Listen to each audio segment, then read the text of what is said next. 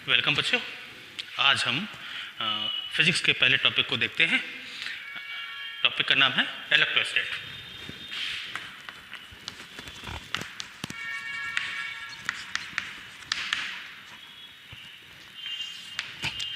तो इलेक्ट्रोस्टैट मीन्स पहला ये इलेक्ट्रॉन है। इलेक्ट्रो मीन्स इलेक्ट्रॉन और स्टेट मीन्स रुका हुआ, एट रेस्ट। यानी इलेक्ट्रॉन जब रुका हुआ हो तो उस समय इलेक्ट्रॉन हमारा कौन कौन सी एक्टिविटी करेगा, कौन कौन से काम करेगा, कैसा फोर्स लगाएगा। तो सबसे पहली चीज़ ये है कि जहाँ पर भी इलेक्ट्रॉन होगा तो ये एक मास की तरह है। जिस तरह से मास हमारा जहाँ पर भी होता है वो एक तरह का फोर्स अप्लाई करता है, उसी तरह से इलेक्ट्रॉन भी जहाँ पर भी होगा वो एक तरह का फोर्स अप्लाई करेगा। तो अब फोर्स अप्लाई करेगा तो सीधी सी बात है, इलेक्ट्रॉन होगा तो ये फोर्स अप्लाई करेगा और फोर्स वो चार्ज के माध्यम से अप्लाई करता है।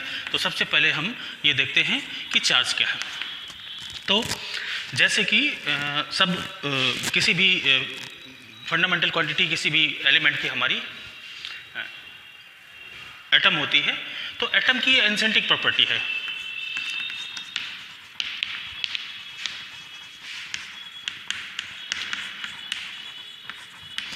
Intrinsic property of the atom is called the charge and it is denoted by Q, और Q means number of electrons। यानी जितने भी नंबर ऑफ इलेक्ट्रॉन्स किसी एटम में होंगे उतना ही उस एटम का चार्ज होगा। अब हम ये कहेंगे कि किसी एटम में अगर चार्ज है तो उसमें किसी भी तरह का फोर्स क्यों नहीं लगता, तो हम ये कहेंगे कि नंबर ऑफ इलेक्ट्रॉन्स और नंबर ऑफ प्रोटॉन्स यहाँ इक्वल होते हैं। इट मीन्स जितना चार्ज इलेक्ट्रॉन में नेगेटिव होता है उतना ही चार्ज इलेक्ट्रॉन में प्रोटॉन में पॉजिटिव होता है, जिसकी वजह से दोनों न्यूट्रल होते हैं। इसलिए हम ये नहीं कह सकते कि कोई भी इलेक्ट्रॉन चार्ज नहीं है, लेकिन ये जरूर कह सकते हैं कि उनमें पॉजिटिव और नेगेटिव चार्ज दो अलग अलग इक्वल हैं। तो यहाँ पर नंबर ऑफ इलेक्ट्रॉन्स मीन्स हम कह सकते हैं the transformation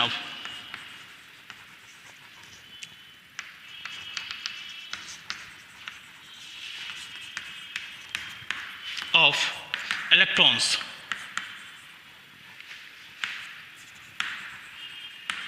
is called charge. यानी किसी भी एटम से जितने इलेक्ट्रॉन निकलते हैं या जितने इलेक्ट्रॉन वो गेन करता है वही इसका चार्ज होता है। यहाँ पर E का वैल्यू 1.6 इंटू 10⁻⁻19 कूलाम इसकी यूनिट होती है और इसका वैल्यू 1.6 इंटू 10⁻⁻19 होता है। तो अगर हम ये कह दें कि किसी भी पार्टिकल ने 1 कूलाम का चार्ज लिया है तो उसमें कितने इलेक्ट्रॉन ट्रांसफ़र हुए होंगे, तो 1 कूलाम का चार्ज लेने पर कितने इलेक्ट्रॉन को इधर से उधर होना पड़ेगा। यानी किसी पार्टिकल में अगर कितने इलेक्ट्रॉन आ जाएं कि उसका कूलाम यानी 1 कूलाम चार्ज हो जाए, तो इसी को हम कैलकुलेट करके देख लेंगे। जैसा कि हम जानते हैं Q = NE, और 1 कूलाम चार्ज की बात हम कर रहे हैं। नंबर ऑफ हमें इलेक्ट्रॉन्स निकालने हैं और 1 इलेक्ट्रॉन पर चार्ज 1 × 10⁻⁻19 होता है। तो यहाँ से हम n का वैल्यू 1/1.6 × 10⁻⁻19 इसको कैलकुलेट कर लेंगे। तो अगर हम इस पॉइंट से 0 बढ़ाएं यानी ये 19 ऊपर जाएगा, 10⁻19 बाई 1.6, इसी को हम सॉल्व कर लेंगे तो हम कहेंगे 100 × 10⁻18 बाई 16। इसी को अगर हम डिवाइड करें तो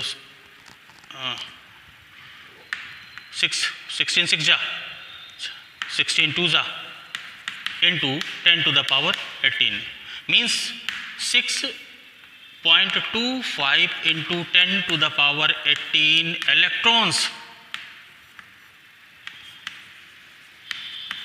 अगर किसी भी एटम में एक एटम से दूसरे एटम में जाते हैं या एटम गेन करता है तो उस क्वांटिटी का चार्ज हमारा 1 कूलाम होगा। इट मीन्स बहुत बड़ी संख्या है इलेक्ट्रॉनों के ट्रांसफ़र होने की। इसलिए हम ये कह सकते हैं कि जो इसका कूलाम है वो एक बड़ी यूनिट है, SI यूनिट है। अगर हम इसकी छोटी यूनिट की बात करें तो माइक्रो कूलाम अप्लाई करते हैं। अब टाइप ऑफ चार्जेस की जब हम बात करेंगे तो दो टाइप के चार्ज होते हैं। टाइप ऑफ चार्जेस, तो पहला चार्ज हमारा पॉजिटिव चार्ज होता है और दूसरा चार्ज हमारा नेगेटिव चार्ज होता है।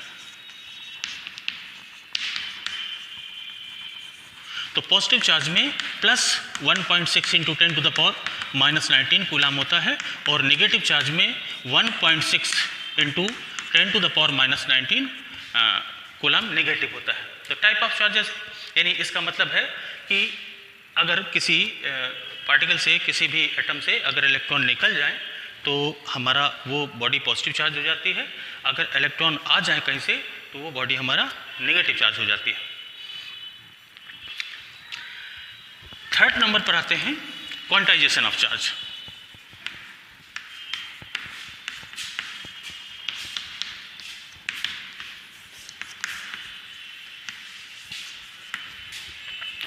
क्वांटाइजेशन ऑफ चार्ज में कोई भी इलेक्ट्रॉन हमेशा इंटीजर के फॉर्म में ट्रांसफर होता है या इंटीजर के फॉर्म में ही वो गेन करता है। तो Q इक्वल टू जो हमने Ne बताया, where n belongs to integer, यानी कभी भी इलेक्ट्रॉन टूट कर नहीं आता, पॉइंट में नहीं आता, 3.2 या 3.5 या 1.5 इस तरह का इलेक्ट्रॉन ट्रांसफॉर्मेशन नहीं होता। ट्रांसफॉर्मेशन हमेशा 1, 2, 3, 4, 5, 6 के फॉर्मेट में होता है। इसी को हम कह देते हैं क्वांटाइजेशन। इवन एक क्वार्क क्वांटिटी आई है जिसका वैल्यू E/3 एंड 2E/3 होता है। तो हम यहाँ कह सकते हैं कि अब जो नया पैटर्न कभी नई सर्च की बुक आएंगी तो उसमें E/3 और 2E/3 यानी क्वार्क की बात की गई होगी, लेकिन अभी फ़िलहाल इस क्वार्क के बारे में हमारे सिलेबस में नहीं है, इसलिए हम कहेंगे अभी कि इलेक्ट्रॉन हमारा, चार्ज हमारा क्वांटाइज्ड होता है।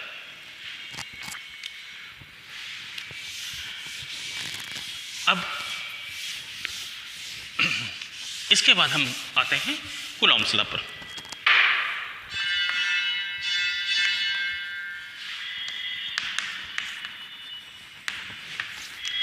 Coulomb's law.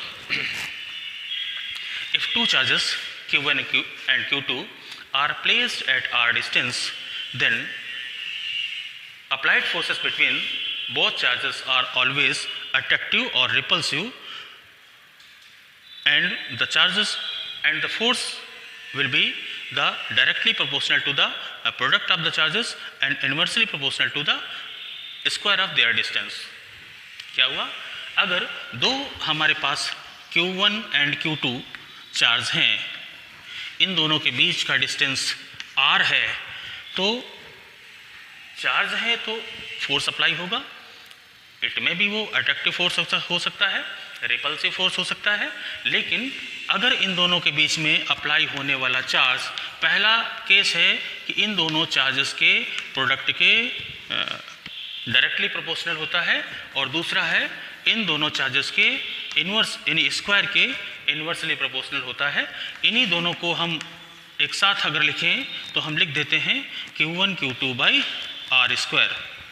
इसी प्रोपोर्शनल के साइन को हटाते हैं तो हम लिख देते हैं 1/4 pi epsilon naught Q1 Q2 by r square.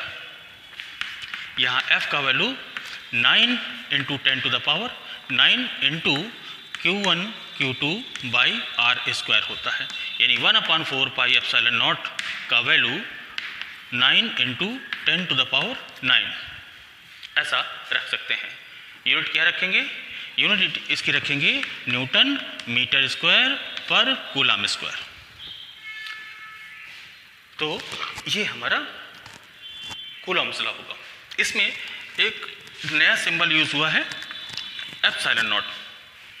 Epsilon not हमारा परमिटिविटी होता है, यानी एक चार्ज दूसरे की तरफ जब जाता है तो कितने क्वांटिटी को वो परमिट करता है। तो जैसे हमने कहा 1/4 पाई यानी F equal to 1/4 pi epsilon naught Q1 Q2 by r square. तो हमने इसका वैल्यू तो आपको बताया कि 1/4 पाई एप्सिलॉन नॉट का value 9 into 10⁹ newton metre square पर कूलम स्क्वायर होता है। लेकिन इस एप्सिलॉन का नॉट का अगर हम वैल्यू निकालने की कोशिश करें तो F into r square by Q1 Q2 into 4 pi. तो इसका वैल्यू जो हमारा है ये 8.85 या 86 कहीं कहीं लिखा है 10⁻⁻12 यूनिट क्या होगी? न्यूटन मीटर स्क्वायर पर coulomb square, newton metre square पर कूलम स्क्वायर। तो इस तरह से हम एप्सिलॉन नॉट का वैल्यू और 1/4 पाई एप्सिलॉन नॉट का वैल्यू फाइंड आउट कर लेते हैं। एप्सिलॉन नॉट जो permittivity in free space, permittivity in free space यानी एयर में या वैक्यूम में इसकी वैल्यू इतनी होती है। अगर हम किसी अदर मीडियम की हम बात करें तो हम कह देते हैं कि epsilon r equal to epsilon upon epsilon naught. इससे हम किसी अदर मीडियम की परमिटिविटी निकाल लेते हैं। अगर कोई मीडियम दूसरा है यानी एक अगर हमारा इस तरह का चार्ज Q1 है, दूसरा चार्ज हमारा Q2 है, इन दोनों के बीच में R डिस्टेंस है और मीडियम एयर ना होकर वाटर हो या ऑयल हो या कुछ और में भी कोई इसमें इंसुलेटर डाला गया हो, तो उस समय इसका जो एप्सिलॉन है, इसकी जो परमिटिविटी है वो बदल जाती है। इसका मीनिंग क्या है कि अगर ये एक पॉजिटिव चार्ज है हमारा और इधर एक हमारा नेगेटिव चार्ज है, तो जब इधर से इधर को इलेक्ट्रॉन निकलेंगे, इधर से इधर को जब चार्ज निकलेगा तो बीच में मीडियम कैसा मिलेगा? अगर एयर मीडियम है तो हम यही वैल्यू रखेंगे, अगर वैक्यूम मीडियम है तो भी हम यही वैल्यू रखेंगे। लेकिन अगर तीसरा मीडियम ऑयल या वाटर या कोई हमारा इंसुलेटर इसके बीच में डाल दिया जाए, एक छोटी सी सपोज कर लो हम इसमें एक छोटी सी पट्टी किसी इंसुलेटर की डाल देते हैं, तो इस इंसुलेटर की परमिटिविटी हमें मालूम होनी चाहिए। परमिटिविटी का मतलब यह है कितना पार्ट ये परमिट करता है। अगर इधर से 100 निकलता है और इधर 80 पहुँचता है तो हम कहेंगे 80% इसकी परमिटिविटी है। अगर कोई दूसरा मेटल है, अगर हमने इधर से 100 भेजा और इधर 60 निकल रहा है तो हम कहेंगे इसकी परमिटिविटी 60% है। तो बस यही डिफरेंस होता है कि इस एप्सिलॉन का मतलब है कि एक तरफ से निकला हुआ चार्ज दूसरी तरफ हमें किस फॉर्म में जाता है, किस फॉर्मेट में जाता है, किस क्वांटिटी में जाता है, यही हमें इस परमिटिविटी को समझाना होता है। परमिटिविटी का मतलब है कि चार्ज को कितना परमिट करता है दूसरी तरफ जाने के लिए। तो इसी से बेस्ड एक क्वेश्चन हम देखते हैं। अगर हम एक कह देते हैं कि एक चार्ज हमारा 2e चार्ज यहाँ पर रखा है और एक 6e चार्ज यहाँ रखा हुआ है, इन दोनों के बीच का डिस्टेंस 10 सेंटीमीटर है, तो हम ये कहना चाहते हैं कि पहला केस ये है कि इन दोनों के बीच में फोर्स कितना अप्लाई होगा। Find the force, applied force.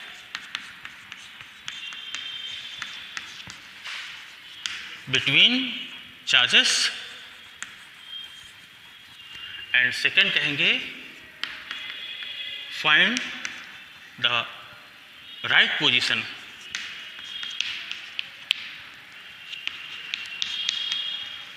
Of third charge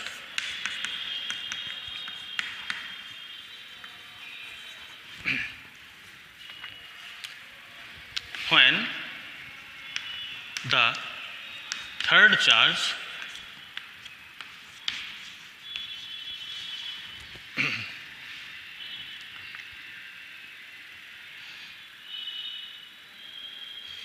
is equilibrium।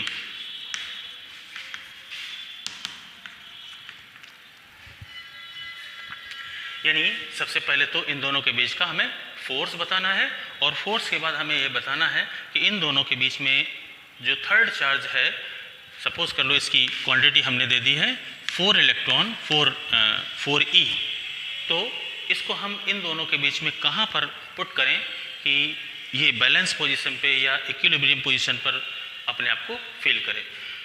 तो इसका मतलब ये है कि ये इक्विलिब्रियम फोर्स पर तभी फील करेगा जब दोनों तरफ के फोर्सेस इक्वल हों, यानी इन दोनों के बीच का फोर्स और इन दोनों के बीच का फोर्स अगर इक्वल है तो ये अपने आप को रेस्ट में फील करेगा, अपने आप को इक्विलिब्रियम में फील करेगा।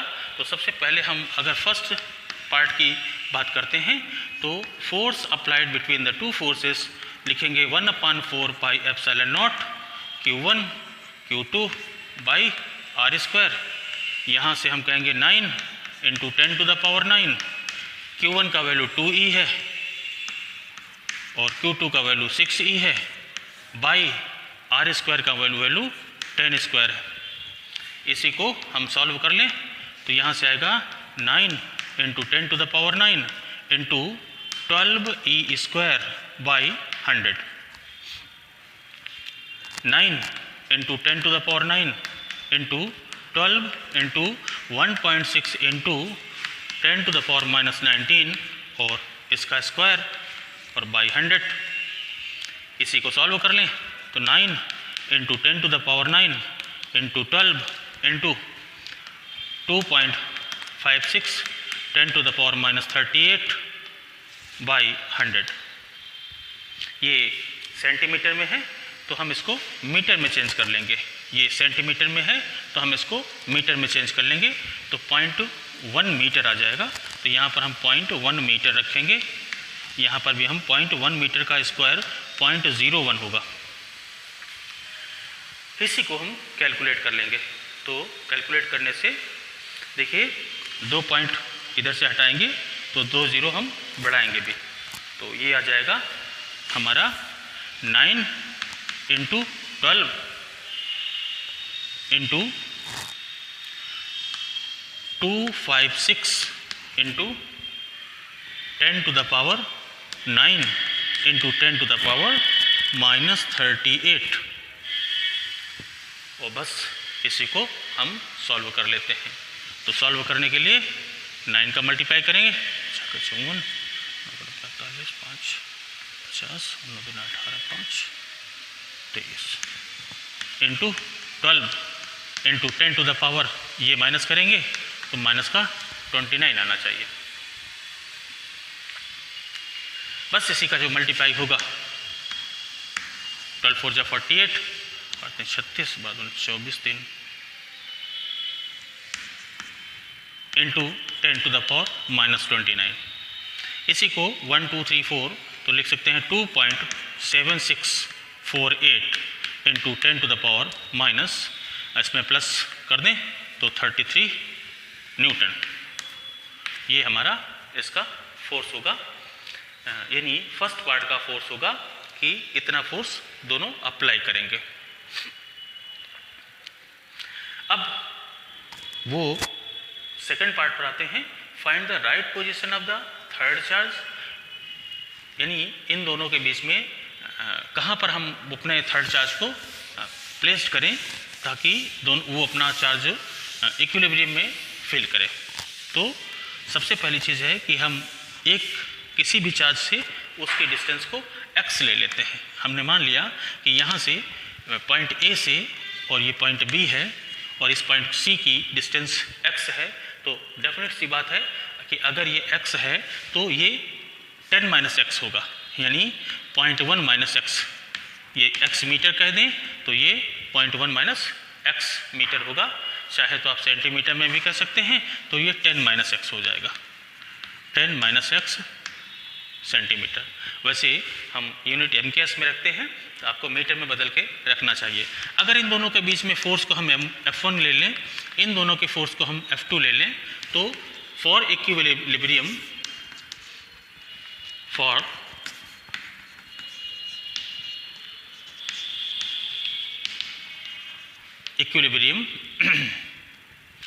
F1 इक्वल टू F2 होना चाहिए, यानी 1/4 पाई एप्सिलॉन नॉट Q, यानी Q1 का मतलब 2e into 4e by x square equal to 1/4πε0 4e into 6e by 10 minus x whole square.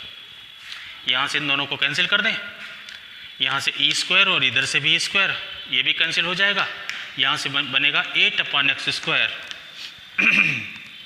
Equal to 24/10 minus x²। इसको भी आपस में कैंसिल कर दें तो 1 जा और 3 जा, क्रॉस मल्टीप्लाई करेंगे तो 3x² equal to 10 minus x²। Solve करें इसको तो आएगा 3x² इक्वल टू a²। हाँ, बल्कि हम यहीं से चलिए a² plus b² minus 2ab, इधर से इसको कहेंगे 2x² माइनस यानी plus 20x minus 100 equal to 0, या x² plus 10x minus 50 equal to 0। इसी 50 के हम फैक्टर कर लेते हैं और x का वैल्यू फाइंड आउट कर लेते हैं। ये मैथमेटिक्स है और मैथ्स के बच्चे या बायो के बच्चे भी क्लास 10th में इस तरह की क्वाड्रेटिक इक्वेशन खूब सॉल्व किए हैं, तो उससे इसकी हम वैल्यू निकाल लेते हैं। तो चाहे तो आप x equal to minus b plus minus √b² minus 4ac upon 2ab लगा सकते हैं। अदरवाइज हम यहीं से अगर हम इस इक्वेशन से ही निकालने का प्रयास करें, दोनों तरफ का स्क्वायर रूट ले लें, तो इधर आ जाएगा √3x whole square equal to plus minus 10 minus x whole square. तो स्क्वायर से स्क्वायर को हटा दें तो यहाँ से आ जाएगा √3x equal to plus minus 10 minus x। एक बार प्लस साइन ले लें और एक बार माइनस साइन ले लें। तो जब प्लस साइन लेंगे तो ऐसा आएगा, यहाँ से x इधर आएगा √3 प्लस 1 और x इक्वल टू 10, तो यहाँ से x का वैल्यू आ जाएगा 10 अपान √3 प्लस 1। जैसा कि आप जानते हैं कि इसको रेशनलाइज कर लें तो √3 माइनस 1 अपान √3 माइनस 1 से मल्टीप्लाई करें, x इक्वल टू आएगा 10 √3 का value 1.732 minus 1, a plus b और a माइनस बी, ये सिंपल सा कैलकुलेशन है, इसका वैल्यू 2 आ जाएगा। 2 से इसको काट देंगे तो यानी x का वैल्यू 5 × 732 पॉइंट में, और यहीं से हम इसका वैल्यू निकाल लेंगे।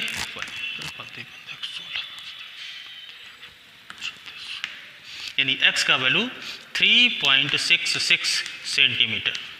चूँकि सारी वैल्यूज हमने सेंटीमीटर में ली हैं, इसलिए इसकी डिस्टेंस 3.66 सेंटीमीटर आएगी। यानी C की जो डिस्टेंस होगी, टोटल डिस्टेंस तो हमारी 10 है, लेकिन C पॉइंट की डिस्टेंस A से हमारी 3.66 आएगी। ये हमारा पॉजिटिव साइन लेने पर हमको ऐसा मिला। अगर हम नेगेटिव साइन ले लें तो हमें कुछ और भी मिल सकता है। यहाँ से √3 plus 1 x √3 x equal to minus 10 minus x, तो यहाँ से कह देंगे √3 minus 1 x equal to minus 10। यहाँ x का वैल्यू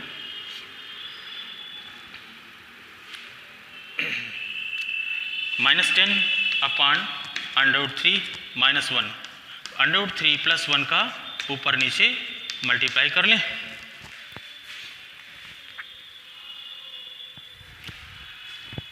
तो ये वैल्यू हमें मिलेगी -10 और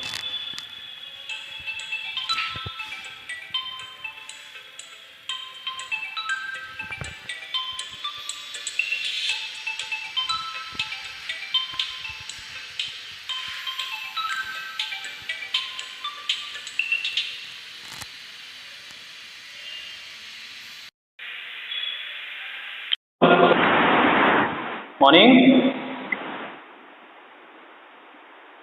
क्लास में हो भी बात करते हैं।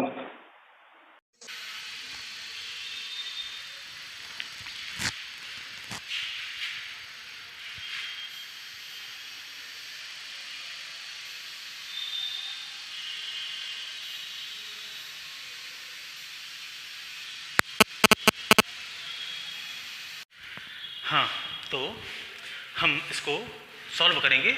x इक्वल टू -10 और यहाँ पर 1.732 + 1 और नीचे a - b a + b यानी 2 आना चाहिए।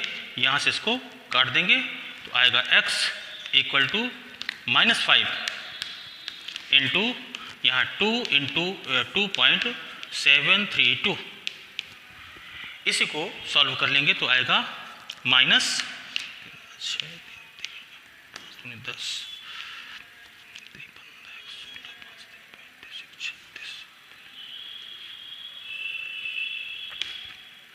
ऐसा, यानी x का वैल्यू -11.66।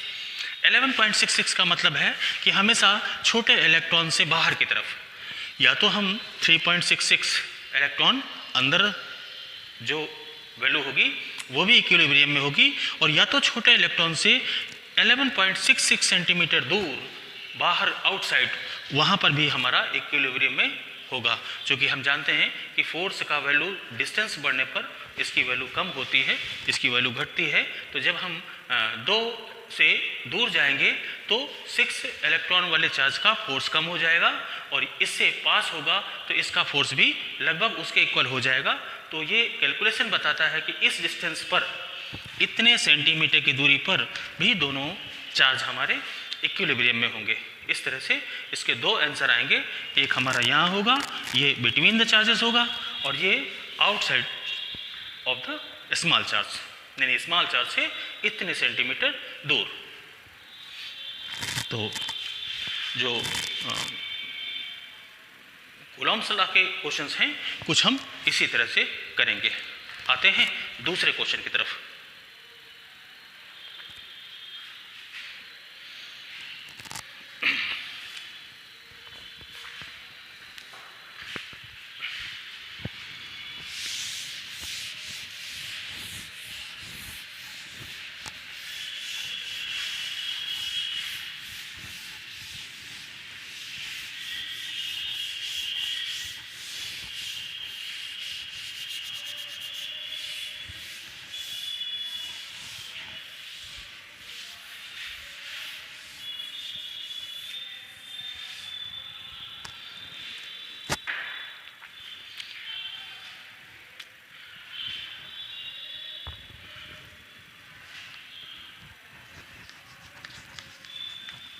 Superposition